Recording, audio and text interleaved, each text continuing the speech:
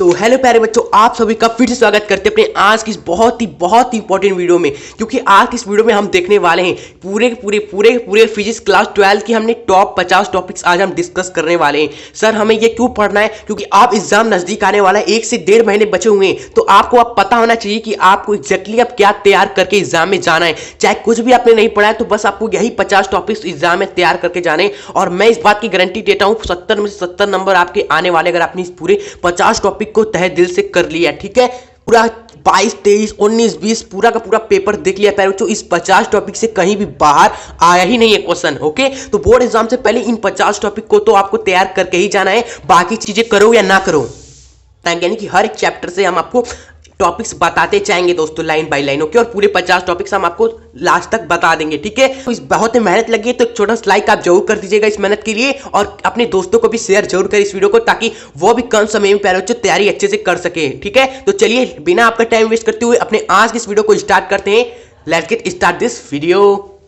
तो प्यारे बच्चों, वीडियो स्टार्ट करने से पहले एक छोटी सी शायरी हो जाए, ताकि जिनका मोटिवेशन थोड़ा लो हो गया है उनमें थोड़ा चार्ज हो जाए। ठीक है, कि बिना मेहनत किए जैसे कार नहीं होती, कोशिश करने वालों की कभी हार नहीं होती। अरे खुद को कर कर बुलंद इतना कि तकदीर से पहले खुदा बंदे से पूछे बता तेरी रजा क्या है।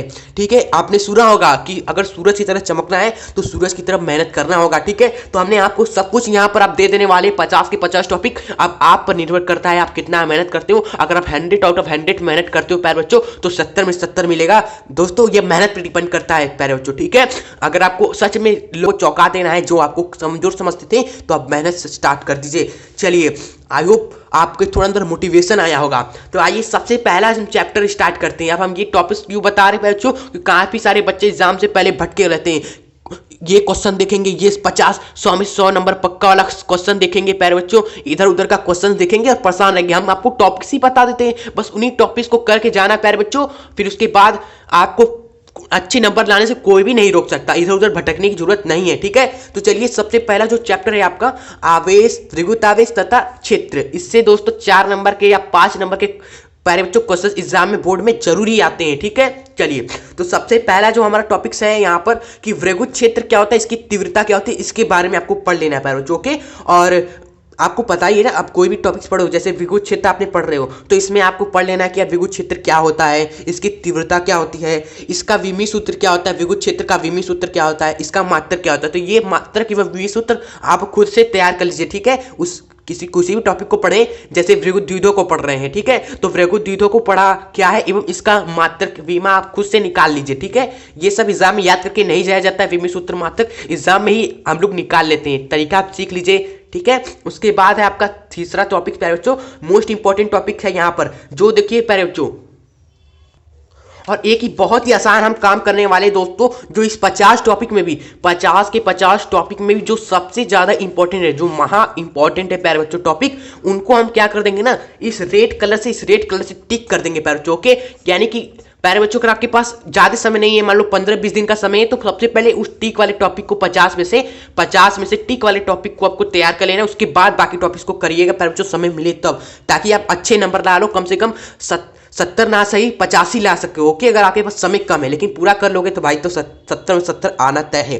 ठीक है, तो जैसे यहाँ पर द्विध्रुव पर लगने वाला बल आघूर्ण क्या होता है प्यारे बच्चों, ये हो गया इंपॉर्टेंट है बहुत ही ज्यादा, इसका डेरिवेशन प्यारे बच्चों बहुत ही आता है। ठीक है, उसके बाद चौथा है गॉस का प्रमेय क्या होता है, इसको सिद्ध करिए। ठीक है, और इसमें आपको क्या करना है ना, अनंत रेखी तार के कारण दोस्तों इलेक्ट्रिक फील्ड का डेरिवेशन, ये सबसे ज्यादा इंपॉर्टेंट है। ठीक है प्यारे बच्चों, चलिए और बात करें वैद्युत फ्लक्स प्यारे बच्चों, ये भी आप देख लीजिएगा वैद्युत फ्लक्स क्या होता है। ये भी कई बार दोस्तों 2 से 3 नंबर में पूछा जाता है। ठीक है, और डेरिवेशन तो 5 नंबर से कम नहीं आता है। चलिए, ये हो गए हमारे पहले चैप्टर के टॉपिक्स। अब आते हैं सेकेंड चैप्टर में। तो सेकेंड चैप्टर है आपका स्थिर वैद्युत विभव तथा दोस्तों धारिता। ठीक है, और इससे भी 4 नंबर से ज्यादा या 5 नंबर तक ही क्वेश्चन पूछा जाता है एग्जाम में। ठीक है, तो यहाँ पर टॉपिक्स आपको बता देते हैं, जैसे हो गया वैद्युत विभव एवं विभवांतर, इसके बारे में आपको पढ़ लेना है। ठीक है, और इसमें भी सबसे ज्यादा इंपॉर्टेंट है आपका संघात्री क्या है एवं इसकी धारिता क्या है प्यारे बच्चों, इसके बारे में आपको पढ़ लेना है। इसका जो फॉर्मूला वगैरह होता है संघात्री का, धारिता का, ये पढ़ लेना है। ठीक है, ये इंपॉर्टेंट है यहाँ पर। उसके बाद आते हैं धारिता को कैसे बढ़ा सकते हैं, ये भी इंपॉर्टेंट है प्यारे बच्चों। आपको पता है परावैद्युतांक जब हम डाल देते हैं धारिता के अंदर तो इसका बढ़ जाता है क्या, धारिता। ठीक है, चलिए, और समांतर प्लेट संघारिता को का व्यंजक कैसे प्राप्त किया जाता है वो देख लेना है। और के परावैद्युतांक का दोस्तों पदार्थ अगर हम डाल दिया जाए धारिता में तो धारिता पर क्या इफेक्ट पड़ेगा ये भी आपको देख लेना है। इससे क्वेश्चन भी आया हुआ है, इसलिए ये इंपॉर्टेंट है, हमने ठीक लगा दिया है। ठीक है, चलिए उसके बाद 9th जो टॉपिक है प्यारे बच्चों कि संघाती का समांतर व श्रेणी क्रम संयोजन कैसे किया जाता है। ओके, निकस भी आपको देखना है, यानी कि मान लो किसी भी संघाती को ऐसे अगर हमने जोड़ दिया, ठीक है, तो इसका इफेक्टिव क्या आएगा प्यारे बच्चों, इसका तुल्य क्या होगा प्यारे बच्चों। तो ऐसे में न्यूमेरिकल्स आता है कभी कभी यार, लेकिन कई बार फॉर्मूला का डेरिवेशन भी पूछ लेता है कि यार बताओ श्रेणी क्रम समांतर क्रम संयोजन का फॉर्मूला जो व्यंजक आता है उसका डेरिवेशन करो, ये से भी क्वेश्चन आता है, तो ये भी आप देख लीजिएगा। कई बच्चे कहेंगे सर ये सीनू की उत्पत्ति क्या है, ये सीनू की उत्पत्ति क्या है। देखो भाई यहाँ पर जब आप के परावैद्युतांक का क्या करोगे, पदार्थ डाल दोगे धारिता के अंदर, तो उसकी धारिता क्या हो जाएगी, बदल जाएगी, यानी कि कुछ नया धारिता उसकी हो जाएगी। ओके, तब उसकी धारिता क्या होगी, जो नई धारिता होगी वही उत्पत्ति आपको करके जाना है। कैसे निकाला जाता है प्यारे बच्चों ये आपको देख लेना है। उसके बाद प्यारे बच्चों जो तीसरा चैप्टर है वह है आपका वैद्युत धारा करंट इलेक्ट्रिसिटी। ठीक है, बहुत ही मजेदार चैप्टर है और इस चैप्टर में जो आपके सामने बहुत सारे डेरिवेशन आएंगे, समझ लो कि 15-20 डेरिवेशन ही रहेंगे यहाँ पर, क्योंकि डेरिवेशन काफी पूछा जाता है। तो आपको डेरिवेशन को लेकर टेंशन नहीं लेना है कि सर हम कैसे करेंगे डेरिवेशन, इसका टेंशन ही मत लो यार। आपसे जितना हो रहा है डेरिवेशन 10-15 में से 7-8 या कह सकते हो 5 ही सही, जितना भी हो रहा है आपसे, जितना आप कर सकते हो 50 या 70% प्यारे बच्चों आप तैयार करके जाइए। ठीक है, और थ्योरी को तो आपको छोड़ना ही नहीं है क्या प्यारे बच्चों। कई बार आपको डेरिवेशन दे देगा एक क्वेश्चन में, और एक आप में और करके एक क्वेश्चन दे देता है प्यारे बच्चों, थ्योरी वाला क्वेश्चन। तो अगर आपको डेरिवेशन नहीं आता है तो आप क्वेश्चन, अगर आपने थ्योरी को अच्छे से समझा है प्यारे बच्चों, तो आप थ्योरी वाला क्वेश्चन आसान से दे सकते हो। और डेरिवेशन आपसे जितना हो ना उतना आप कर लीजिएगा प्यारे बच्चों, जितना हम आपको बताएंगे इस वीडियो में पूरा उतना कर लेना, और थ्योरी को आपको छोड़ना ही नहीं है, क्योंकि थ्योरी आपके डेरिवेशन से आपको बचा सकता है। ठीक है, चलिए उसके बाद हमारा टॉपिक्स रहेगा इसमें अपवाह या अनुगमन वेग किसे कहते हैं। बहुत ही इंपॉर्टेंट टॉपिक है प्यारे बच्चों, इसको देख लीजिएगा। छोटे से टॉपिक है ये, छोटा सा बस 1-2 लाइन का है प्यारे बच्चों। ठीक है, तो ये झटके से आप देखते ही आपको याद हो जाएगा। उसके बाद वैद्युत धारा क्या होता है, ये भी आसान है प्यारे बच्चों। हमारा पता ही आपने कि आवेश प्रवाह की दर को वैद्युत धारा करते हैं। जो इलेक्ट्रिसिटी का हमारा सूत्र होता है, फॉर्मूला होता है, ये भी देख लीजिएगा। ओके, और एक होता है हमारा ओमी तथा अनओमी परिपथ, एक होता है ओमी तथा अनओमी परिपथ, ये क्या होता है प्यारे बच्चों। और इसमें गायात्मक प्रतिरोध दोस्तों पूछा गया था 2023 में कि गायात्मक प्रतिरोध क्या होता है। तो ये अनओमी प्रतिरोध में प्यारे बच्चों आता है गायात्मक प्रतिरोध, तो आप देख कर ही जाइएगा, हमने यहाँ पर टिक कर दिया, ये चीज आपको देखना ही है। ठीक है, और यहाँ पर धारा घनत्व तो हो गया, गतिशीलता क्या होता है, वैद्युत शक्ति क्या होता है, एक 2-2 लाइन का, एक या और कह सकते हो 2 लाइन का दोस्तों हर एक टॉपिक है यहाँ पर। धारा घनत्व, गतिशीलता, वैद्युत शक्ति क्या होता है, फॉर्मूला वगैरह, इसमें आपको फॉर्मूला देख लेना है, हर एक चीज क्या है उसका फॉर्मूला क्या है ये आपको देखकर जाना है यहाँ पर। ठीक है, चलिए उसके बाद है यहाँ पर 12वां टॉपिक कि किरचॉफ के दोनों नियम को लिखना है। मोस्ट इंपॉर्टेंट है प्यारे बच्चों, ये कई बार पूछा गया है परीक्षा में। किरचॉफ के दोनों नियम, संधि नियम एवं लूप नियम, दोनों को आपको देख लेना है। ठीक है, अगर आप कहोगे प्यारे बच्चों कि हम आपके लिए और भी मेहनत कर सकते हैं, आप कमेंट करिएगा कि सर आप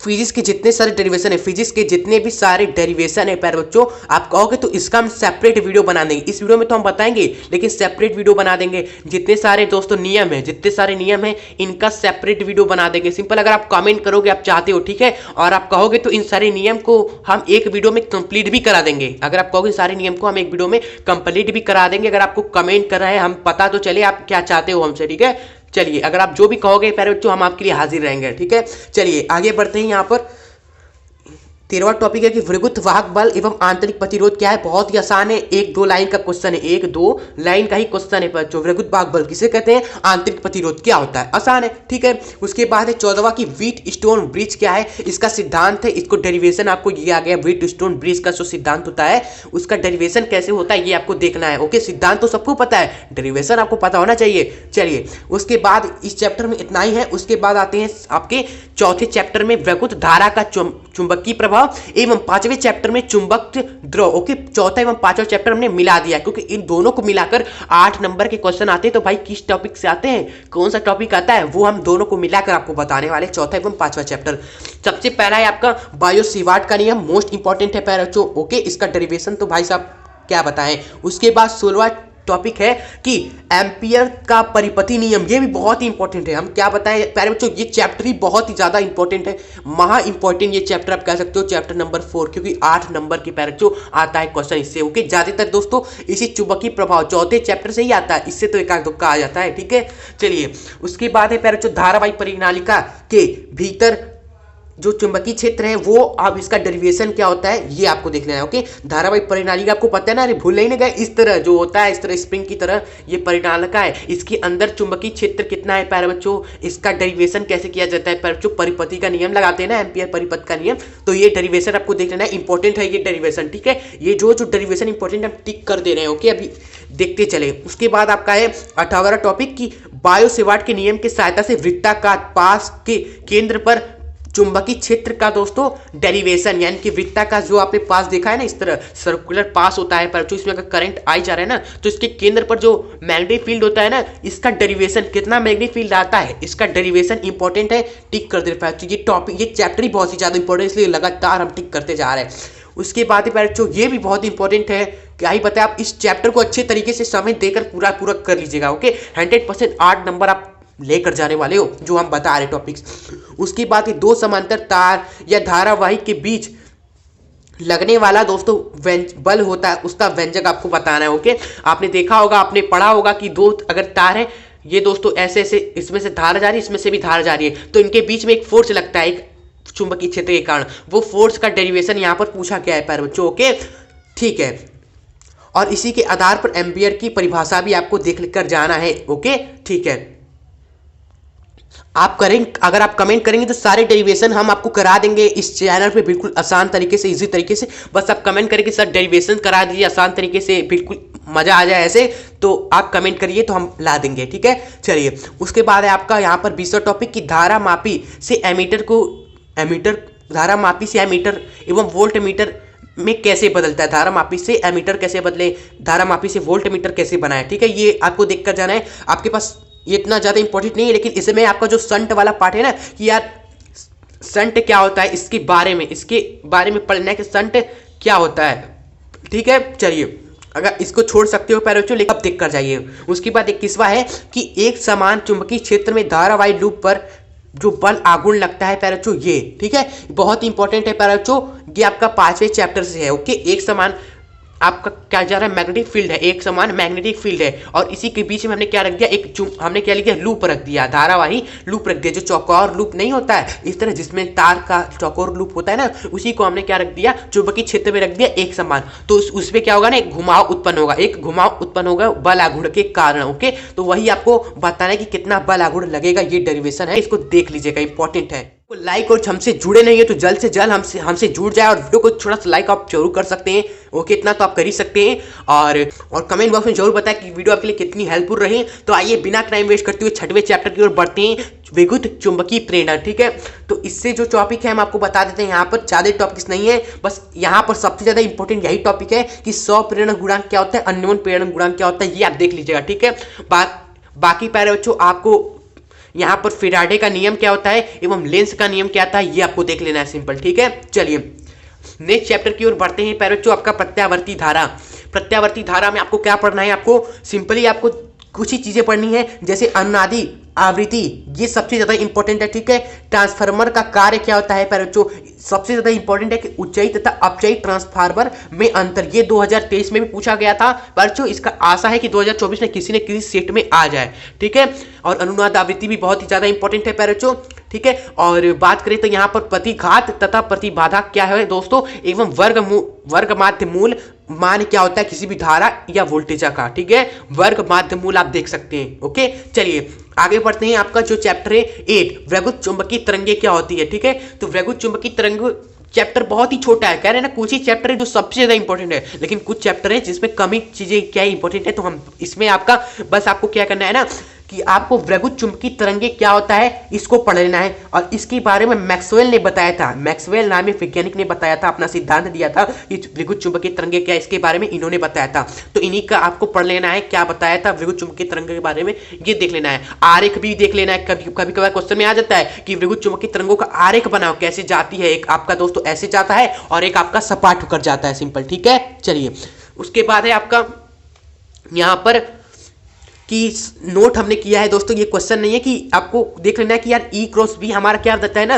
विद्युत चुंबकीय तरंगों की दिशा बताता है, और विद्युत चुंबकीय तरंगे आपकी अनुप्रस्थ तरंगे होती हैं, ये भी हमने आपको बताया। यहाँ पर कुछ आपको याद रखना है, कहीं आपको लिखा नहीं मिलता है, और इनका जो तरंग दैर्ध्य होता है वो बहुत ही बड़ा होता है, बहुत ही लंबा होता है, बहुत ही अधिक परास का होता है, तो ये याद करना है आपको, ठीक है। कहीं ज़्यादा आपको नहीं मिलता है, ये सब चीज़ें बुक में नहीं लिखी मिलती है, खोजना पड़ता है, तो हमने आपको यहाँ पर बता दिया, ये 3 चीज़ें आपको याद रखनी है। और विद्युत चुंबकीय तरंगों के बारे में पढ़ लीजिएगा, आरेख देख लीजिएगा और गुण को देख लीजिएगा, ठीक है। और बताते हैं आपके 9th चैप्टर में आते हैं, तो अब 9th चैप्टर में आपका समझ लीजिए ऑप्टिक्स स्टार्ट हो गया है। यहाँ से आपका प्यारे बच्चों ऑप्टिक्स स्टार्ट हो गया है, जो आपका किरण प्रकाशी है, वेव ऑप्टिक्स है, रे ऑप्टिक्स है, ये आपकी स्टार्ट हो गए, ओके। और इन दोनों से मिलाकर 9th चैप्टर दोस्तों, 9th चैप्टर एवं 10 चैप्टर को मिलाकर आपका 13 नंबर का क्वेश्चन एग्जाम में आता है, ओके। चलिए, तो बहुत ही ज्यादा इंपॉर्टेंट चैप्टर हो गए दोनों की दोनों। सबसे पहले 9th चैप्टर में आपको क्या देखकर जाना है प्यारे बच्चों, कि आपको लेंस का प्रकाशीय केंद्र किसे कहते हैं, रेखीय आवर्धन, लेंस एवं दर्पण का, दोनों के लिए आपको देख कर जाना है। रेखीय आवर्धन किसी का भी पूछ सकता है एग्जाम में, ठीक है। और बात करें कि सर प्रकाश का परावर्तन का नियम नहीं है क्या, प्रकाश का अपवर्तन का नियम नहीं याद करना है क्या, स्नेल का नियम नहीं याद करना है, भाई साहब ये सब बेसिक चीजें हैं, आपको पता होनी चाहिए, तभी आप आगे की चीजें इस चैप्टर में समझ सकते हो, ये सब चीजें आपको आएंगी, ठीक है। तो ये सब बेसिक चीजें हैं बच्चों, ये तो आपको आना ही चाहिए, और पूछा भी नहीं जाता है क्वेश्चन इसके बारे में, ये सब 10th में ही हम पढ़ लेते हैं, ठीक है। उसके बाद है यहाँ पर 29 टॉपिक की दो लेंसों के समायोजन से बने लेंस की फोकस दूरी का डेरिवेशन। मोस्ट इंपॉर्टेंट ये डेरिवेशन है बच्चों, इस चैप्टर में आपको देख कर जानिए कि दो लेंस को अगर हम क्या कर दें, इस तरह जोड़ दे पा रहे बच्चों, ठीक है। तो इन दोनों का दोस्तों, इसका मान लो फोकस दूरी f1 है, इसका फोकस दूरी f2 है, तो पूरे समायोजन का फोकस दूरी क्या होगा, इसका डेरिवेशन दोस्तों करना आपको सीखना होगा, कैसे किया जाता है ये आप देख लीजिएगा। उसके बाद तीसरा जो टॉपिक है प्यारे बच्चों, ठीक है, तीसरा जो टॉपिक है वह है आपका अवतल गोलीय पृष्ठ एवं उत्तल गोलीय पृष्ठ से अपवर्तन का सूत्र का निगमन करिए, ठीक है। जो अपवर्तन का सूत्र आपका होता है, यही वाला दोस्तों जो सूत्र होता है, इसको डेरिवेशन करना आपको देखना है दोस्तों। अवतल गोलीय पृष्ठ हो चाहे उत्तल गोलीय पृष्ठ हो प्यारे बच्चों, दोनों पर अपवर्तन होगा, तो उसके लिए ये सूत्र आपको निगमन करना है, ठीक है। और बता दें इसमें जो सबसे ज्यादा इंपॉर्टेंट डेरिवेशन है वो है आपका अवतल गोलीय पृष्ठ के कारण दोस्तों, अगर उस अवतल गोलीय पृष्ठ पर अगर आपका अपवर्तन हो तब ये सूत्र निगमन करना, तो ये वाला सबसे ज्यादा इंपॉर्टेंट है, ठीक है इसमें। उसके बाद आपका लेंस की तरफ बढ़ते हैं। लेंस में क्या क्या चीजें इंपॉर्टेंट है बच्चों, लेंस में आपका है पतले लेंस के लिए जो मेकर सूत्र होता है, लेंस मेकर, ये वाला सूत्र डेरिवेशन इसका इंपॉर्टेंट है प्यारे बच्चों, ठीक है। और बात करें इसमें और की, तो इसमें आपका एक और डेरिवेशन होता है, पतले लेंस की फोकस दूरी का सूत्र आपको डेरिवेशन करना, ये इसमें सबसे ज्यादा इंपॉर्टेंट है, ठीक है। तो यहाँ पर भाई साहब बताया था रेड कलर से, तो हम यहाँ पर स्काई ब्लू से टिक करें, तो ये रेड कलर से हमने टिक कर दिया, यहाँ पर ये इंपॉर्टेंट है, ठीक है। और इसमें ये वाला चीज इंपॉर्टेंट है। चलिए आगे बढ़ते हैं प्यारे बच्चों, कि इसकी प्रूफ करना एवं ये सब आप पढ़ लीजिएगा कि फोकस दूरी अवतल दर्पण के लिए बात करें, यही फोकस दूरी निगेटिव होता है, तो ये प्रूफ करना आपको आना चाहिए, ओके। इंपॉर्टेंट है इसलिए हमने यहाँ पर लिख दिया आसान तरीके से। उसके बाद बढ़ते प्रिज्म की तरफ। भाई प्रिज्म में से क्या आता है, प्रिज्म में से, तो प्रिज्म में से आपका दोस्तों केवल एक ही चीज आता है, हर साल आता है, बार बार आता है, क्या कि अगर आपका विचलन न्यूनतम हो तब अपवर्तनांक का मान बताइए प्रिज्म का, तो ये आपका यही होता है, और इसका डेरिवेशन कई बार पूछा गया एग्जाम में, 19, 20, प्यारे बच्चों 22, 23 हर साल आया है, ठीक है, किसी न किसी स्टेट पे, तो ये बहुत ही ज्यादा इंपॉर्टेंट बन जाता है आपके एग्जाम के लिए, ठीक है। और एक और डेरिवेशन आपको बता देते हैं, लेकिन ये उतना ज्यादा इंपॉर्टेंट नहीं, आप इसको स्किप भी कर सकते हो, लेकिन आपको केवल क्या याद रख लेना है, ये फॉर्मूला ही रिमेंबर कर रखना है, फॉर्मूला आपको याद रहना चाहिए, इस पे आपको क्वेश्चन आ सकता है 1-2 नंबर का न्यूमेरिकल टाइप में।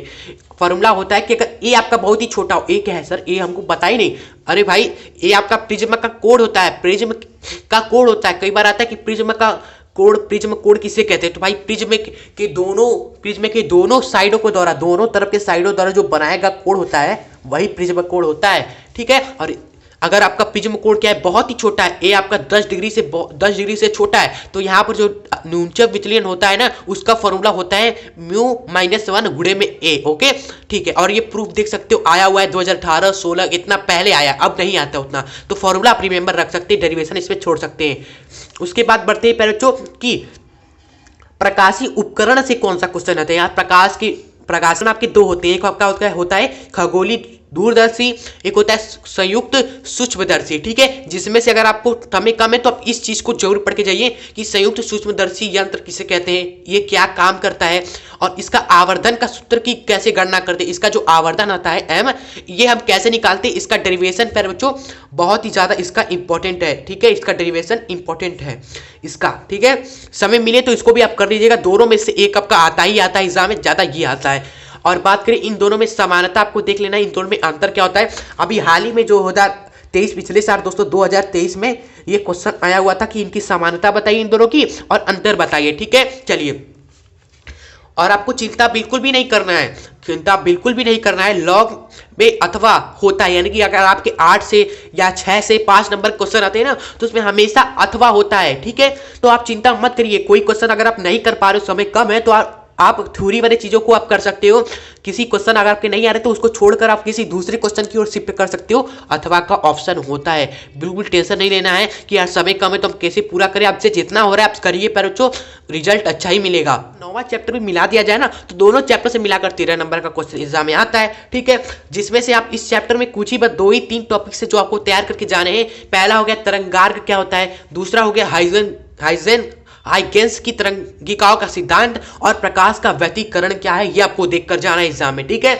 उसके बाद दोस्तों अगर आप देखना चाहो तो यंग के दूसरीट का प्रयोग देख सकते हो, ठीक है, और इसमें एक डेरिवेशन भी होता है, आप देख सकते हो यहाँ पर लिखा हुआ है, वो भी आप देख सकते हो। इस पे न्यूमेरिकल्स भी आ सकता है, इस पे न्यूमेरिकल्स वाले क्वेश्चन आ सकते हैं और डेरिवेशन दोस्तों इसकी पॉसिबिलिटी कम है, ठीक है। उसके बाद आते हैं दोस्तों 40वां इंपॉर्टेंट टॉपिक्स में देखते हैं। यहाँ पर 40वां है आपका कि प्रकाश का विवर्तन एवं निम्नष्टियों एवं उच्चिष्टों की स्थिति का जो डेरिवेशन होता है ना, ये इंपॉर्टेंट है। इसमें प्रकाश का विवर्तन तो सबको पता है कि प्रकाश का एक सूक्ष्म से छिद्र से मुड़ जाना पैर बच्चों किनारों पर विवर्तन कहलाता है, लेकिन यार इसमें जो डेरिवेशन है निम्नष्टों एवं उच्चिष्टों की स्थिति वो इंपॉर्टेंट है बच्चों, ठीक है, डेरिवेशन, ठीक है। चलिए, अगर आपको अच्छे नंबर लाने हैं तो आपको काफी बच्चों से जो 90% 99% वाले बच्चों से अच्छा करना होगा, ला सकोगे। 11वां विकर्ण तथा द्रव्य की द्वैत प्रकृति, तो आप घबराइए मत, अब 11 से लेके 14 चैप्टर आपके बहुत ही इजी चैप्टर है, कुछ भी इसमें जो ज्यादा डेरिवेशन भी नहीं है, आपके थ्योरी वाले पोर्शन ज्यादा है, इसमें बस चीजें आपको पढ़नी है। आपने 11th में भी आपको पढ़ा होगा केमिस्ट्री में पैरोचो ये सब टॉपिक्स, जैसे हो गया दहली आवृत्ति, दहली तरंगदैर्घ्य, कार्य फलन एवं प्रकाश विद्युत प्रभाव मोस्ट इंपॉर्टेंट है प्यारे बच्चों। यहाँ पर इस चैप्टर में पैरोचो यही सबसे ज्यादा इंपॉर्टेंट है, ठीक है। उसके बाद द्रव्य तरंगे क्या है, इसके संबंध में डी ब्रोगली का सिद्धांत, ये भी बहुत ही ज्यादा इंपॉर्टेंट है, कई बार आया एग्जाम में। उसके बाद आइंस्टीन की प्रकाशिका विद्युत समीकरण का स्थापना कीजिए, ठीक है, ये। और उसके बाद आते हैं नेक्स्ट चैप्टर की ओर कि 13 एवं 12 चैप्टर दोनों मिलाकर, यानी कि परमाणु एवं नाभिक चैप्टर मिलाकर जो आपको पढ़ना है वो है आपका पहला कि रदरफोर्ड का एवं बोर का परमाणु मॉडल क्या है। इसमें पैरों जो बोर का सबसे ज्यादा इंपॉर्टेंट है, इसकी त्रिज्या क्या होती है, बोर कक्ष की त्रिज्या क्या होती है, ओके, बोर कक्ष की दोस्तों जो ऊर्जा होती है क्या होती है, ओके, तो ये चीजें इसमें देख लें बोर मॉडल में, ठीक है। और इसमें सबसे ज्यादा इंपॉर्टेंट है आपका संवेग, nth कक्षा में घूमने वाले इलेक्ट्रॉन का संवेग से दोस्तों क्वेश्चन कई बार एग्जाम में आया हुआ है, तो ये याद कर लिए, अभी हम आपको दिखा रहे हैं, याद कर लीजिए, ठीक है। उसके बाद है आपका हाइड्रोजन स्पेक्ट्रम, ठीक है। उसके बाद आपका हाइड्रोजन स्पेक्ट्रम में इसका ऊर्जा आरेख बनाना है, ऊर्जा आरेख होता है ना क्या, लाइमन, बामन, पासर, ब्रेकेनफूड, इन पांचों की पांचों श्रेणी का दोस्तों जो ऊर्जा आरेख होता है ये बनाना हाइड्रोजन स्पेक्ट्रम में आपको देखकर जाना है, ओके। उसके बाद आपका 47वां टॉपिक है, 47वां टॉपिक है, बहुत ही नजदीक पहुंच गए हैं वीडियो के एंड में, कि नाभिक की त्रिज्या क्या होती है। अरे सर आपने बता ही तो दिया, नाभिक की त्रिज्या हमने यहाँ लिखी थी, तो आपको इसको करने की जरूरत नहीं है, याद कर लीजिए नाभिक की त्रिज्या क्या होती है। R0 का मान होता है, यहाँ पर एक नियत होता है, उसका मान ये होता है, और A तो आपको पता है ना, A आपका पैरेचो द्रव्यमान संख्या होता है, ठीक है। और इसमें सबसे ज्यादा इंपॉर्टेंट है कि द्रव्यमान संख्या क्या होता है, परमाणु क्रमांक क्या होता है, ओके, पढ़ने की जरूरत नहीं है, अभी आपको बता देते हैं। द्रव्यमान संख्या आपका होता है प्रोटॉन एवं न्यूट्रॉनों की संख्या का योग, ओके, लेकिन परमाणु क्रमांक क्या होता है ना, इलेक्ट्रॉनों की संख्या को कहते हैं परमाणु क्रमांक, ओके। तो ये आप दोनों चीजें याद कीजिए, पढ़ने की जरूरत नहीं है, ठीक है। उसके बाद जो 48वां टॉपिक है, छोटे छोटे चीजें हैं पर बच्चों, इसको आप एक एमयू का तुल्य ऊर्जा मेगा इलेक्ट्रॉन वोल्ट में क्या होता है, पर जो ये इंपॉर्टेंट है, ठीक है। एक छोटा सा टॉपिक है, आपको बस याद कर लेना है कि यार इसका तुल्य ऊर्जा मेगा इलेक्ट्रॉन वोल्ट में क्या होता है, बस ये। नाभिकीय विखंडन सबसे ज्यादा इंपॉर्टेंट है, नाभिकीय विखंडन एवं नाभिकीय संलयन, ठीक है। और इसका उदाहरण सही समझा रहा है, और हम आपको गारंटी दे रहे हैं गारंटेड दे रहे हैं प्यारे बच्चों, एक क्वेश्चन इसमें से आएगा ही आएगा, नाभिकीय विखंडन या नाभिकीय संलयन। दोस्तों एक क्वेश्चन आएगा ही आएगा, या तो नाभिकीय विखंडन पूछ लेगा या फिर नाभिकीय संलयन पूछ सकता है, ठीक है। और बात करें अगले टॉपिक की, तो अगला टॉपिक है आपका द्रव्यमान क्षति। दोस्तों क्या होता है, ठीक है, ये बहुत ही आसान इजी है, तो इसको आप देख कर ही जाना, ठीक है। ये सारे टॉपिक बहुत ही इजी टॉपिक है, ठीक है, देख कर पूरा जाइएगा, इसमें से आने के चांसेस बहुत ही ज्यादा है इसमें, ठीक है। उसके बाद आपका 14वां चैप्टर स्टार्ट होता है अर्धचालक, ठीक है। अर्धचालक में कुछ ही टॉपिक, बस एक टॉपिक आपको पढ़ के जाना है, वह है पीएन संधि डायोड क्या होता है। पूर्ण इसमें आपका जो डेरिवेशन होता है कि पूर्ण दृष्टिकारी तरंग के लिए आपको डेरिवेशन देखकर जाना है, ठीक है। और इसको पढ़ोगे तो भाई अर्धचालक क्या होता है इसके बारे में भी देख लेना, जिनकी चालकता कुचालक से अधिक लेकिन सुचालक से आपकी कम होती है उन्हें अर्धचालक कहते हैं, अभी बता दिया आपको। और इस पे पीएन संधि डायोड ही क्या है आपका सबसे ज्यादा इंपॉर्टेंट है पैरा, ठीक है। तो ये हो गया अर्धचालक में।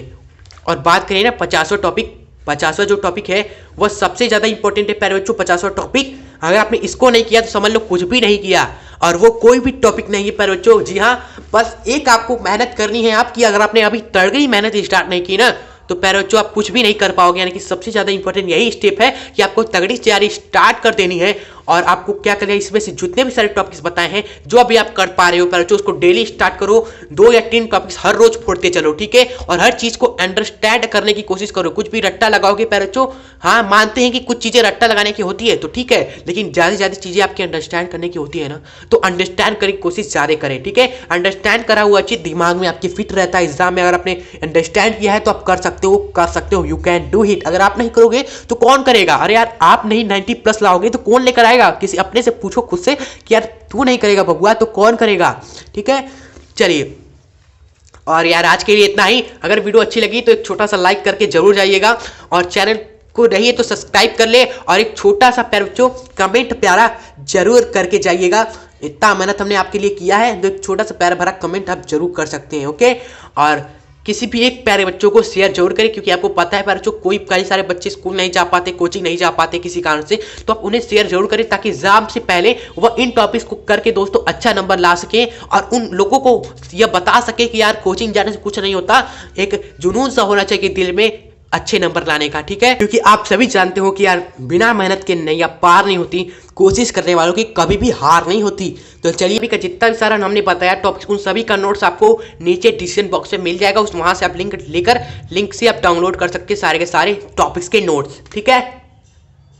मिलेंगे नेक्स्ट वीडियो में, तब तक के लिए हंसते रहे, खुश रहे, पढ़ते रहे, और हाँ आप सभी को एग्जाम के लिए मेरी तरफ से बेस्ट ऑफ लक। जय हिंद, जय भारत।